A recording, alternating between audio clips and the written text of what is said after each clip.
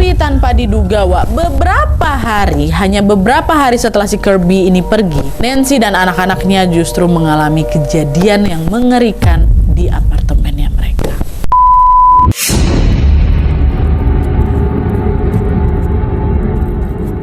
Oke, jadi kisah yang aku ceritakan malam ini menimpa satu keluarga yang terdiri dari ayah, ibu, dan juga dua anak perempuan. Ayahnya bernama John Newman, berusia 33 tahun pada saat itu. Ibunya bernama Nancy Newman, 32 tahun. Dan dua anak perempuannya, yang pertama namanya Melissa, 8 tahun. Dan yang terakhir Angie, 3 tahun. Mereka tinggal di sebuah apartemen di kawasan Green Ridge Drive, kota Anchorage, Alaska. Nah, di lingkungan tempat tinggal mereka ini, John sama si Nancy dikenal sebagai orang atau pasangan yang sangat ramah. Mereka ceria dan juga paling terkenalnya suka menolong sesama. Kalau ada tetangga atau saudara mereka yang kesusahan, mereka ini akan segera langsung dengan senang hati menolong mereka. Gak heran kalau mereka sangat disukai dan juga dicintai oleh orang-orang di sekitarnya. Selain baik dan juga ramah, mereka berdua ini juga pekerja keras sekali.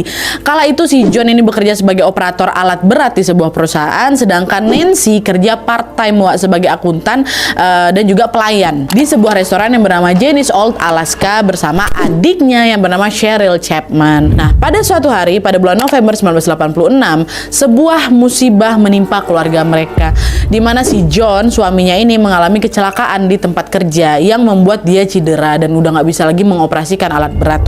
Untungnya perusahaan tempat si John ini bekerja nggak lepas tangan kayak itu aja. Mereka nawarin lagi nih pekerjaan lain kepada si John, yaitu sebagai ahli kunci. Nah, untuk mengambil pekerjaan si ahli kunci ini, John harus ikut training dulu selama 2 bulan di luar kota, tapi tepatnya di California. Nah, karena dia tuh nggak mau nganggur, John yang nggak mau nganggur, diterimalah tawaran itu sama si John, ya kan. Nah, akhirnya sebelum berangkat training keluar kota, waktu itu John tuh masih agak sempat kepikiran sama keluarganya. Dia takut untuk ninggalin mereka bertiga karena selama ini mereka kan selalu bersama-sama kan, Dia khawatir nih terjadi hal-hal buruk sama istri dan juga anak-anaknya kalau dia nih lagi di luar kota. Tapi di situ sang istri atau Nancy mencoba untuk menenangkan suaminya. Udah nggak usah khawatir, Yang. Aku bisa kok ngurus anak-anak dengan baik. Toh juga adekku Cheryl juga sering datang kan ke sini. Jadi kami nggak bakal kesepian juga. Udah, kamu fokus aja training gitu, kata si Nancy. Apa yang dibilang sama si Nancy ini memang benar, karena adiknya si Nancy, which is si Cheryl tadi, yang juga tinggal di kota Anchorage tadi, memang sering datang ke apartemen mereka bersama dengan suaminya namanya Paul. Jadi di situ John udah mulai ngerasa nggak begitu cemas lah untuk ninggalin keluarganya. Didukung juga sama Cheryl sama Paul. Udah bang, tenang aja bang, itu aja training aja, kami jaga kok di sini gitu. Nah, terus di akhir bulan tahun 1986 atau sebulan sebelum berangkat ke California, John dapat kabar kalau keponakan laki-lakinya yang bernama Kirby Anthony kebetulan lagi mau datang ke Anchorage untuk mencari pekerjaan. Nah, Kirby ini berasal dari kota Twins Falls, Idaho, yang jaraknya dari Anchorage itu lumayan jauh, macam dari Jakarta ke Timika, Papua naik pesawat gitu. Ribuan kilometer lah. Nah, sejak kecil Kirby ini anaknya tuh macam nggak dapat kasih sayang dan juga pendidikan dari orang tuanya gitu loh. Bapak ini sering KDRT ke istrinya, ke anak-anaknya. Akhirnya si Kirby ini pun tumbuh menjadi anak yang nakal, emosian, dan juga kasar. Sejak umur 14 tahun dia pernah nih terlibat dalam berbagai kasus, mulai dari kasus kenakalan remaja sampai kasus yang berat yang bikin dia ini dikejar-kejar sama pihak kepolisian.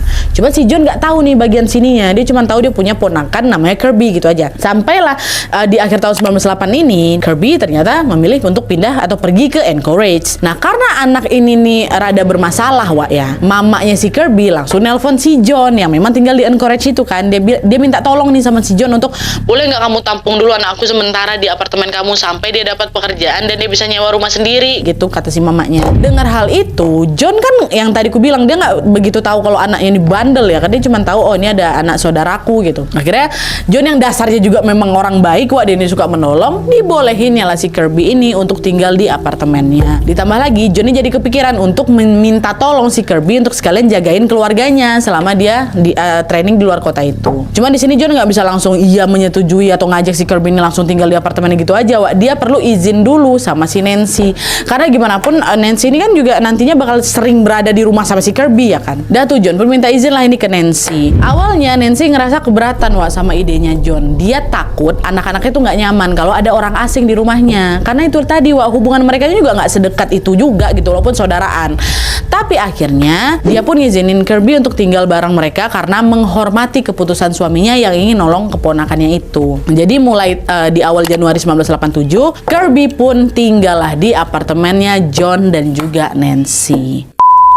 Dah, selama tinggal di apartemen Nancy, Kirby ini tidur di sofa ruang tamu. Karena di apartemen itu cuma ada 3 kamar aja. Satu kamar Nancy sama si John, satu lagi kamarnya Melissa anak pertama, terus yang ketiga kamarnya si Angie anak kedua. Nggak mungkin Nancy ngebiarin salah satu anak perempuan sekamar sama si Kirby kan, yang waktu itu udah dewasa juga, umurnya udah 24 tahun waktu itu. Dan di sisi lain, Kirby juga nggak keberatan, udah nggak apa-apa tante, saya tidur di sofa aja gitu. Pada saat Kirby tinggal di sana, John tetap mengawasi gerak-geriknya setiap hari. Dari pengamatannya, dia ngerasa kalau Kirby ini orangnya nggak neko-neko gitu loh, Dan John juga sempat dengar kalau Kirby itu pernah bermasalah di lingkungan tempat tinggalnya. Dia dapat kabar itu setelah si Kirby tinggal di sana. Cuman waktu selama tinggal sama si John tuh ngeliatnya enggak kok, si Kirby anaknya baik-baik aja, nurut-nurut aja juga sama aku gitu. Nah, ngeliat hal itu, John pun jadi agak lebih tenang lagi tuh untuk ninggalin istri dan anak-anaknya di rumah bareng si Kirby. Dah, sampailah di akhir bulan Januari 87, John pun terbanglah ke California untuk mulai training kerja. Kirby, Nancy, Melissa,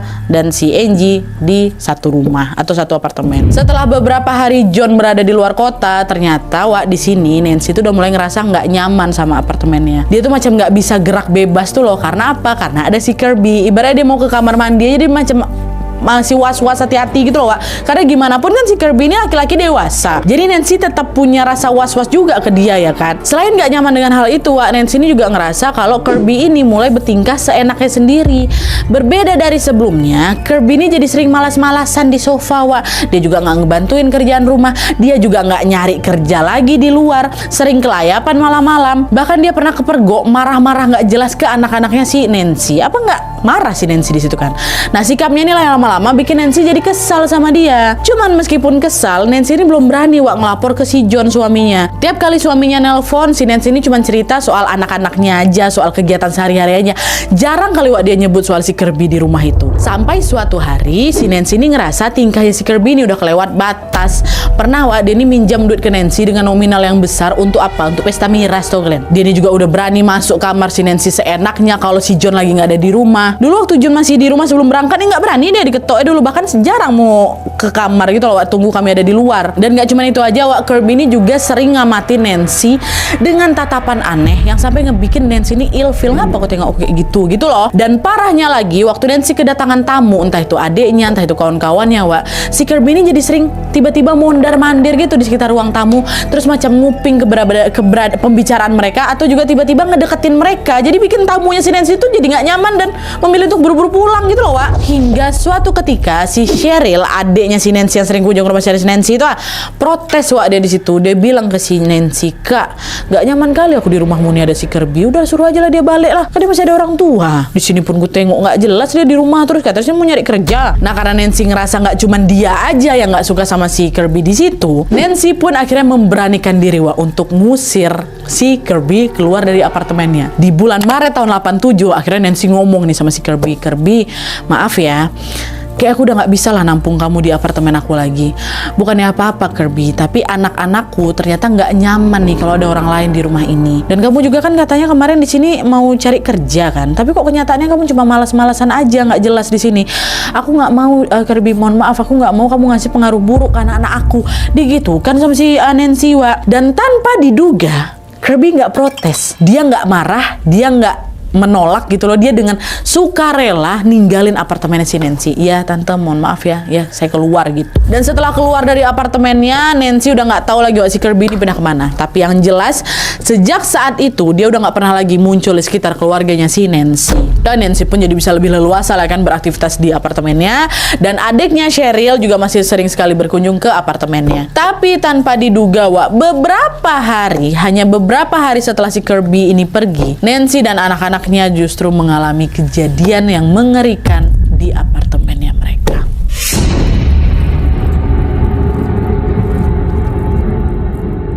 Jadi di hari Jumat tanggal 13 Maret 1987, Nancy dan anak-anaknya lagi pergi jalan-jalan ke kota sama Cheryl sama Paul, suaminya si Cheryl tadi kan. Setelah puas jalan-jalan, mereka mampir makan malam di restoran tempat si Nancy bekerja. Dan pulangnya, mereka nyempetin dulu tuh untuk ngobrol-ngobrol santai di apartemennya si Nancy. Nah, di tengah obrolan mereka, Nancy ini dapat telepon dari suaminya yang bilang kalau, "Sayang, aku mau balik ke Anchorage tanggal 22 Maret ya. Bentar lagi udah mau selesai trainingnya," gitu. Nah, dengar kabar itu, Nancy Paul, Cheryl yang ada di situ juga senang. Akhirnya John pulang gitu. Enggak kerasa ya 2 bulan udah pergi gitu. Setelah dapat telepon itu, telepon dimatikan, mereka bertiga pun lanjutlah ngobrol-ngobrol lagi sampai jam 10 malam. Nah, setelah itu si Cheryl sama suaminya nggak nginep situ, Wak. Pamit nih mereka balik. Pagi harinya, berarti hari Sabtu ya, tanggal 14 Maret 87, John balik nelpon lagi ke apartemen. Tapi udah nggak diangkat, Wak. Nggak diangkat telepon tuh. Ditelepon beberapa kali sama si John, tetap juga nggak ada yang ngangkat. Padahal, Wak, biasanya ya Nancy tuh nggak pernah loh ngabaikan telepon suaminya. Nah, di situ John udah agak khawatir nih, kenapa nih kok istri aku nggak angkat. Cuman waktu itu dia masih pikir positif, dia mungkin masih ketiduran kali ya, kan tadi malam mereka bisa hangout apa gimana. Dan malam harinya John balik nelpon Nancy lagi, Wak. Cuman masih sama kayak sebelumnya, Nancy nggak ngangkat panggilan itu. Sampai besoknya di hari Minggu tanggal 15 Maret 87, John masih terus berusaha ngubungin Nancy. Masih sama juga, nggak diangkat juga, Wak. Nggak dapat balasan juga dari siapa. Di saat yang sama, pihak restoran tempat si Nancy ini kerja, Wak, tiba-tiba ngubungin Cheryl, adiknya, yang hari itu lagi libur kerja. Kan mereka satu tempat kerja nih, Wak, ya. Cuman di hari itu Cheryl lagi nggak libur, lagi nggak kerja, maksudnya lagi libur. Ditelepon si Cheryl, kan adiknya, tahu kan pihak restoran. Pihak restorannya, kakak kok mana? Dari Sabtu dia nggak berangkat kerja loh. Terus dia nggak ngasih kabar apa-apa. Kami telepon juga nggak ngangkat. Dengar itu, kaget lah. Hah? Masa iya? Kok bisa Sabtunya nggak berangkat kerja? Malamnya kami masih hangout loh, masih set-set aja dia. Dan Cheryl tahu betul, Wak, kalau kakaknya ini nggak mungkin bolos tanpa kabar gitu loh. Dia tuh orangnya rajin ngabarin dan juga bertanggung jawab kali sama pekerjaannya. Kalau sampai si Nancy ini bolos kerja, ini pasti ada apa-apa nih sama kakakku, ya kan? Akhirnya setelah dapat telepon itu, Cheryl langsung lah ngajak suaminya, ayolah yang kita cek lah ke rumahnya, ke apartemen si Nancy. Nancy gak ada kabar loh, dia juga gak masuk kerja gitu. Kita cek keadaan dia. Udah pergilah mereka berdua. Nyampe mereka di apartemen, Cheryl langsung buka pintu apartemen itu pakai kunci cadangan. Cheryl memang dikasih kunci cadangan, Wak. Pas pintu tuh terbuka, ruangan tuh gelap kali, Wak, gelap. Dan di sana sunyi, macam nggak ada orang di dalam gitu loh. Dan kesunyian itu langsung bikin si Cheryl ini makin curiga. Karena meskipun apartemen tuh kelihatan rapi, nggak ada tanda-tanda orang masuk, Cheryl lagi pasti nggak beres nih sama rumah kakakku, ya kan. Ngeceklah dia ke dapur, Wak. Waktu dia ngecek di dapur, di sana ada beberapa cangkir bekas kopi 2 hari yang lalu. Waktu si Cheryl sama keluarga lagi berkunjung ke sana, Wak, masih tergeletak kotor di wastafel, nggak langsung dicuci sama kakaknya. Ada di situ. Dia juga jalan nih ke meja makan, dan di sana dia ngeliat di atas meja ada asbak yang berisi bekas puntung rokok, Wak, tapi bukan dari merek yang biasa dibeli sama Nancy, puntung rokok asing. Dan di dekatnya ada sebuah kaleng biskuit yang biasanya kaleng ini dipakai sama Nancy untuk nyimpen uang-uang koin gitu loh, Wak. Tapi waktu ditengok kaleng itu udah kosong, nggak ada duit koinnya. Seingat Nancy, di kaleng itu tuh harusnya ada banyak jumlah koin dan juga ada ratusan dolar gitu lah, yang nggak pernah Nancy taruh kaleng itu sembarangan, nggak pernah ditaruh di atas meja. Jadi kalau misalnya kaleng itu berpindah tempat, ini pasti ada orang yang mindahin si kaleng ini ke atas sini nih gitu. Dah, Cheryl lanjut ngecek lagi kan. Nah, di waktu Cheryl lagi ngecek area ruang makan, Wak, si Paul berjalan ke arah lorong kamar. Kan mencar mereka berdua. Di lorong itu si Paul ngelihat ada 3 kamar yang pintunya ketutup. Itu nih 3 kamar punya Nancy, Melissa sama Angie. Waktu dibuka satu persatu sama Paul, Wak, kaget dia bukan main, karena di sana dia nengok, buka pintunya si Nancy, ada jasadnya si Nancy. Buka pintunya si Melissa, ada jasadnya Melissa. Dibuka pintu Angie, ada jasadnya Angie. Tergeletak mereka mati di kamar mereka masing-masing, Wak. Nancy udah terbujur kaku di atas spring bed dengan kondisi nggak wajar loh. Dia telentang dengan baju tidur keangkat sampai dada. Terus ada bekas luka di hidung, di dagu, dan juga di dahinya. Badannya juga penuh bekas pukulan, dan di lehernya terlilit sarung bantal. Itu Nancy. Kalau Melissa, aduh aku nggak tega lah ngasih tau yang anak ini. Melissa tergeletak juga di lantai kamarnya dengan luka bekas jeratan di lehernya dan juga tubuhnya penuh lebam. Si bungsu Angie yang masih 3 tahun ini terbaring di lantai kamar dengan kondisi bersimbah darah juga, tapi ini lebih sadis, Wak. Lehernya udah tersayap sajam. Hampir terpisah tuh Angie. Apa nggak shock Paul nengok itu kan, Wak? Ipar sama ponakan yang disayang kayak gitu keadaannya. Sementara Cheryl, dia langsung menangis histeris waktu dikasih tahu sama Paul, kakakku udah nggak ada yang gitu. Oh, dia langsung berlari nih masuk ke kamar kakaknya mau ngeliat langsung, tapi langsung ditahan, Wak, sama si Paul, karena Paul tahu betul kalau Cheryl nengok keadaan kakak sama ponakan kayak gitu.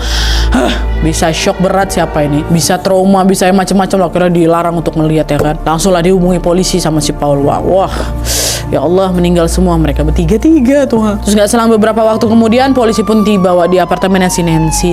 Mereka langsung ngecek kondisi jasadnya si Nancy, Melissa dan Angie. Dan pada saat itu tim penyidik langsung mensterilkan ruangan apartemen. Siapapun gak diperbolehkan masuk ke dalam selain tim penyelidik. Dan hari itu juga penyelidikan atas kasus pembunuhan Nancy dan juga anak-anaknya resmi dimulai.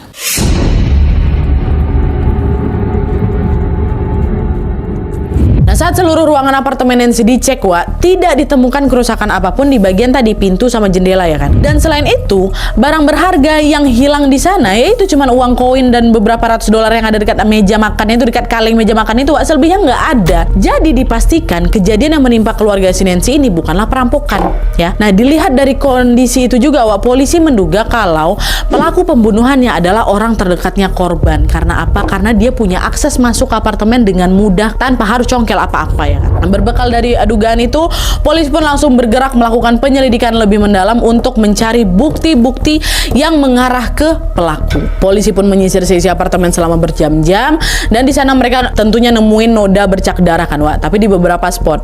Ada di spray kamar tidurnya si Nancy, ada di lorong antara kamar Nancy dan juga kamar Melissa, dan ada juga di sarung bantal di kamar mereka. Dari jejak noda darah di lorong kamar, diduga Nancy dan Melissa ini sama-sama dihilangkan nyawanya di kamar yang sama, lalu salah satu di antara mereka diseret ke kamar lain setelah dibunuh.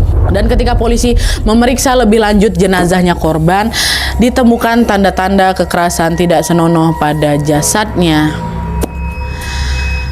Nancy dan Melissa.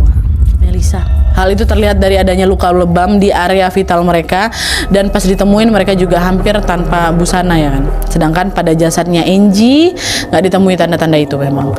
Polisi melihat sepertinya pelaku ini menikam semua leher korban pakai pisau yang ada di dapur. Udahlah tuh, polisi ngelanjutin lagi lah penyisiran TKP dan mereka pun ngambil sampel helai-helai rambut. Beberapa diantaranya terindikasi sebagai, mohon maaf, bulu kelamin, Bulu itu ada di kamarnya Nancy, ada juga di kamarnya Melissa, terus ada juga di kamar mandi. Dibawalah sampel rambut itu ke lab buat diperiksa lebih lanjut sebagai barang bukti. Beberapa jam kemudian, penyelidikan di TKP pun selesai. Jasad ketiga korban dibawa ke rumah sakit untuk diotopsi lebih lanjut, Nah, perlu diketahui kalau di tahun 1987 itu metode penelusuran DNA belum secanggih sekarang, Jadi polisi itu butuh waktu yang cukup lama untuk mengungkap pelaku hanya dari bukti-bukti DNA yang ditemukan di TKP itu. Tapi polisi juga mengusahakan cara lain nih untuk mencari pelaku. Waktu itu polisi menyebut kalau pembunuhan ini menjadi salah satu pembunuhan tersadis di Alaska. Dan polisi juga khawatir ini adalah awal dari pembunuhan berantai yang direncanakan sama pelaku, karena pelakunya juga belum ketangkap. Sekali aja langsung 3 dibunuhnya ya kan. Makanya sejak hari pertama penyelidikan, polisi juga meminta bantuan FBI untuk ikut memecahkan kasus ini supaya tidak ada korban-korban lainnya. Mereka pun bekerja sama untuk bisa melakukan investigasi dan juga menginterogasi orang-orang terdekat korban yang dicurigai sebagai pelaku. Dan orang pertama yang mereka curigai adalah Paul dan Cheryl, karena mereka lah yang nemuin korban pertama kali ya kan. Dan mereka jugalah orang yang terakhir kali ketemu sama korban di hari Jumat malamnya. Tapi setelah dilakukan pemeriksaan lebih lanjut, mereka berdua dinyatakan tidak bersalah, tidak terbukti. Polisi juga memeriksa John, suaminya Nancy, dan mereka juga tidak mendapati keanehan apapun selama menginterogasi dia.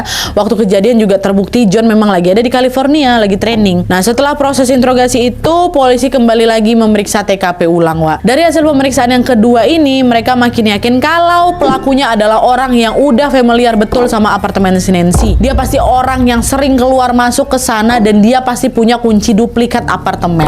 Karena pertama, tidak ada tanda-tanda pembobolan pintu dan jendela. Terus kedua, karena ada beberapa barang berharga di sana yang hilang. Rupanya mereka baru tahu isi dompet Nancy hilang, kunci brankas John hilang, kamera John hilang, dan koin di dalam kaleng biskuit punyanya si Nancy hilang. Nah, barang-barang ini nih terletak kan tersembunyi, Jadi bisa dipastikan si pelaku ini udah sejak awal tahu di mana si korban ini nyimpan barang-barang itu. Jadi bukan barang yang ternampak mata gitu loh, barang-barang yang tersembunyi yang dapat sama dia. Dari situ loh polisi pun mencari lagi informasi siapa aja kenalan Nancy yang punya akses masuk ke apartemen selain Paul dan juga Cheryl. Dan saat itu langsung satu nama dikeluarkan sama si Cheryl, keponakannya John, namanya Kirby Anthony, katanya. Nah, kecurigaan polisi pun mulai mengarah ke si Kirby ya kan, apalagi setelah diselidiki lebih lebih lanjut, Wak. Kirby ini ternyata punya riwayat kejahatan tidak senonoh yang membuat dia dipenjara beberapa tahun di Idaho itu. Jadi kejahatan berat yang kena dia sampai dia dikejar-kejar polisi itu, Wak, gara-gara perbuatan tidak senonoh ini. Polisi pun langsung lah cari keberadaan Kirby dan langsung manggil dia ke kantor polisi buat interogasi. Ini ada nggak beres sama anak ini, coba dicek gitu.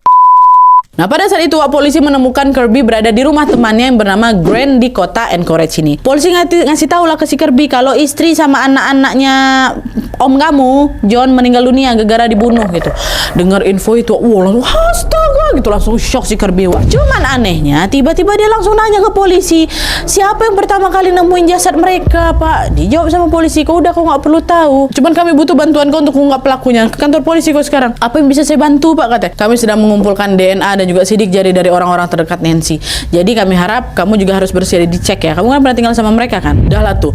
Mendengar permintaan itu, Kirby nggak nolak sama sekali, Wak. Dia bersikap kooperatif kali dan dia bersedia memberikan sampel helai rambut, bulu kelamin dan juga sidik jarinya untuk diperiksa. Setelah itu dia dibawa lah nih ke kantor polisi untuk diinterogasi lebih lanjut. Waktu interogasi, polisi nanya, kamu lagi di mana waktu tanggal 14 Maret kemarin, Kirby? Katanya. Waktu dapat pertanyaan pertama, Wak, udah kelihatan Kirby udah agak gugup. Tapi di sana dia berusaha untuk atur napas. Dia jawab, Pak, saya lagi sama teman saya, Pak, hari itu. Malamnya kami habis pesta bareng soalnya. Oke, sekitar jam 9 atau sampai jam 11 pagi di hari Sabtu. Berarti kamu masih di rumah temanmu? Iya, Pak, saya masih di rumah teman saya. Polisi pun langsung lah memastikan hal itu ke kawan-kawannya si Kirby kan, Pak. Dan rupanya kawan-kawannya bilang, terakhir kali Kirby itu terlihat waktu pesta malam itu lah, Pak. Abis itu dia pergi. Dia nggak bilang mau kemana. Dan besoknya di pagi itu dia bilang 9 sampai jam 11 dia ada sama kami. Nggak ada, Pak. Nggak ada satupun dari kami yang tahu dia di mana. Nggak. Nah, bohong si Kirby itu kan. Nggak sinkron di keterangannya. Makin curiga lah si polisi sama si Kirby, Wak. Cuman waktu itu polisi itu belum nemu bukti pendukung yang bisa ngarah ke Kirby gitu loh, Wak. Hingga beberapa minggu setelahnya hasil uji laboratorium sidik jari Kirby pun keluar. Dari hasil itu polisi menemukan kalau sidik jarinya Kirby cocok dengan sidik jari yang ada di kaleng biskuitnya Nancy. Dan selain itu, setelah melalui uji lab yang panjang juga, Wak, polisi juga mendapatkan hasil pemeriksaan yang jauh lebih mengejutkan, yaitu di salah satu, mohon maaf, sampel bulu kelaminnya si Kirby, Wak, ditemukan telur kutu.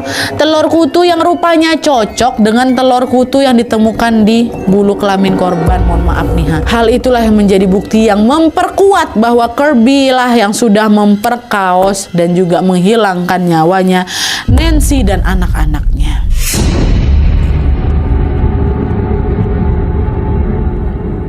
Setelah mendapatkan bukti-bukti itu, polisi pun mengeluarkan surat panggilan ke Kirby untuk diperiksa lagi, akan di tanggal 14 April 87. Tapi rupanya Kirby nggak datang, Wak, ke kantor polisi. Alasannya dia lagi bantu kawannya perbaiki truk, kata dia. Nah, di saat yang sama, Grant, teman yang sekamar sama si Kirby itu, Wak, yang memang dari awal udah curiga kali sama si Kirby, langsung lapor ke polisi. Pak, nggak ada, Pak. Bohong dia tuh. Dia lagi kabur ke Kanada. Naik truk. Kejar dia, Pak, sebelum dia jauh, kata si Grant. Untung Grant ngadu. Nah, setelah dapat laporan itu, pihak kepolisian Alaska pun langsung ngubungin kepolisian Kanada juga untuk cegat si Kirby di perbatasan. Dan betul aja, Wak, waktu Kirby sampai di perbatasan di sana, dia langsung diamankan sama kepolisian Kanada. Dan yang plot twistnya lagi di sini, Wak, truk yang lagi ditumpangin sama si Kirby ini rupanya juga bawa narkoboy yang akan diselundupkan ke Kanada. Dari situ akhirnya Kirby pun ditangkap dan diserahkan ke pihak kepolisian Alaska. Lalu, beberapa bulan setelah penangkapan itu, persidangan Kirby pun dilaksanakan di pengadilan Alaska. Di persidangan itu, jaksa menunjukkan bukti-bukti hasil sidik jari dan juga DNA Kirby yang cocok dengan penemuan yang ada di TKP. Jaksa juga menyebut kalau Kirby ini pernah tinggal satu apartemen sama si Nancy, dan dia ini juga punya riwayat kejahatan tidak senonoh sebelum numpang di rumahnya si Nancy. Dengan temuan bukti-bukti itu, ditambah lagi dengan hasil interogasinya dia, ditambah lagi dengan dia yang mencoba kabur, hal-hal inilah yang membuat dia langsung didakwa dengan pasal berlapis, Wak. Dia didakwa atas kasus penghilangan nyawa, dia didakwa atas kekerasan seksual, penganiayaan, pencurian, dan juga tadi penyelundupan narkoboy. Tapi di situ Kirby menyangkal semua tuduhan yang dilayangkan kepadanya. Dia juga nangis-nangis itu, Wak, selama persidangan. Tapi semua bukti yang ditemukan mengarah jelas bahwa dia memanglah pelakunya. Selain itu, Wak, jaksa ini juga mencoba untuk mengungkapkan kronologi yang terjadi di hari kejadian. Jadi menurut ceritanya jaksa, Wak, Jumat malam di tanggal 13 Maret 87, Anthony, ini menurut kronologi jaksa ya, Anthony lagi pesta miras sama narkoboy juga sampai pagi sama kawan-kawannya. Tapi karena kehabisan uang, dia mau minjem duit ke si Nancy. Jadi paginya tuh di Sabtu 14 Maret 87, dia datang ke apartemen Nancy. Cuman sayangnya waktu nyampe di sana, Nancy itu kan minta tante duit gitu kan, nggak dikasih sama si Nancy karena dia juga lagi kesulitan finansial gitu. Karena marah nggak dipinjamin, Kirby langsung dipukulnya lah si Nancy di situ, Wak.